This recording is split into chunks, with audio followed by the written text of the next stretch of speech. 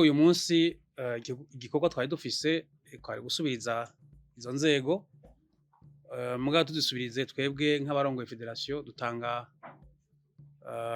ivyiyumviro n'ivyifuzo hama tukabiha assemblée générale igaheza ikabemeza canke ntibemeze.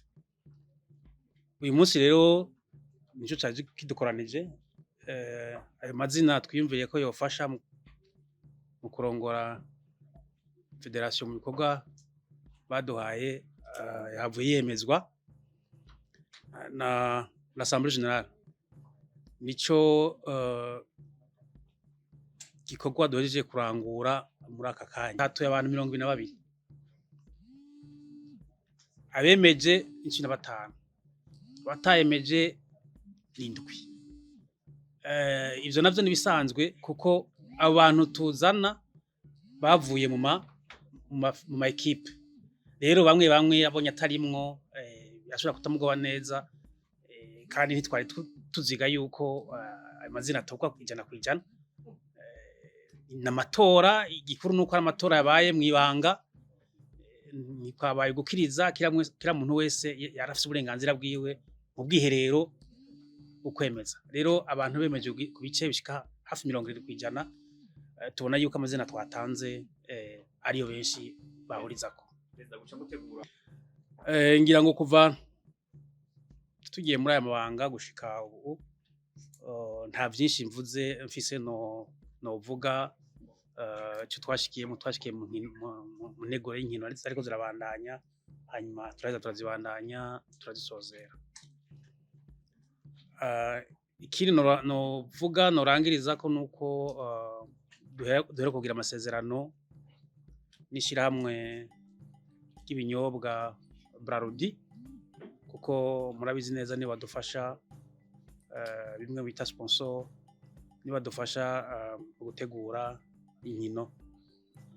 Rero twarahejeje amasezerano twaranayasinye hagati ya Amstel na Brarudi. Kera yitwa hahindutse izina, kera yitwa Vitalo ubu zokitwa Amstel. Rero tuvuye ku mazi tukaja bwahiye na twebwe nyene twaravuze tuti ni muturabe ryiza. Nico gituma intererano sponsor twahora turonka muri Brarudi yagwijwe na kabiri.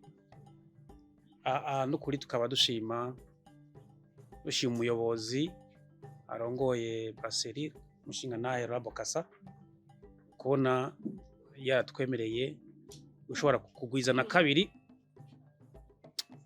intererano twahora turonka muri Brarudi. Nta kimwe cyahindutse ku ntunganyo y'igihe inyezo zotangurira.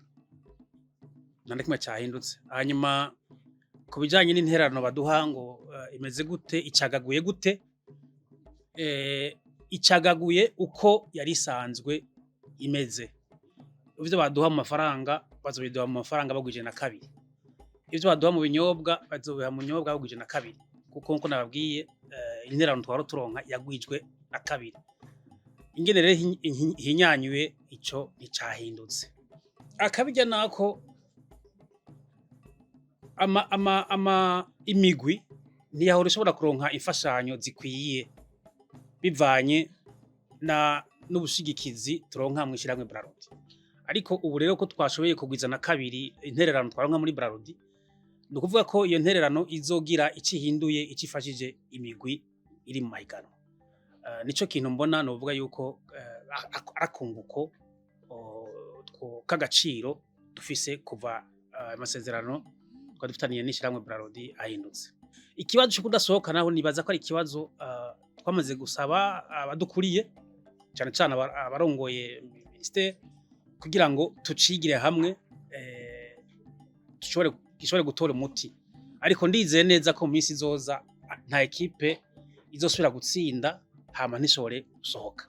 Mugabo iyo havutse ikibazo no gutahura yuko hakenerwa n'umwanya wo gushobora gutorera umuti ico kibazo.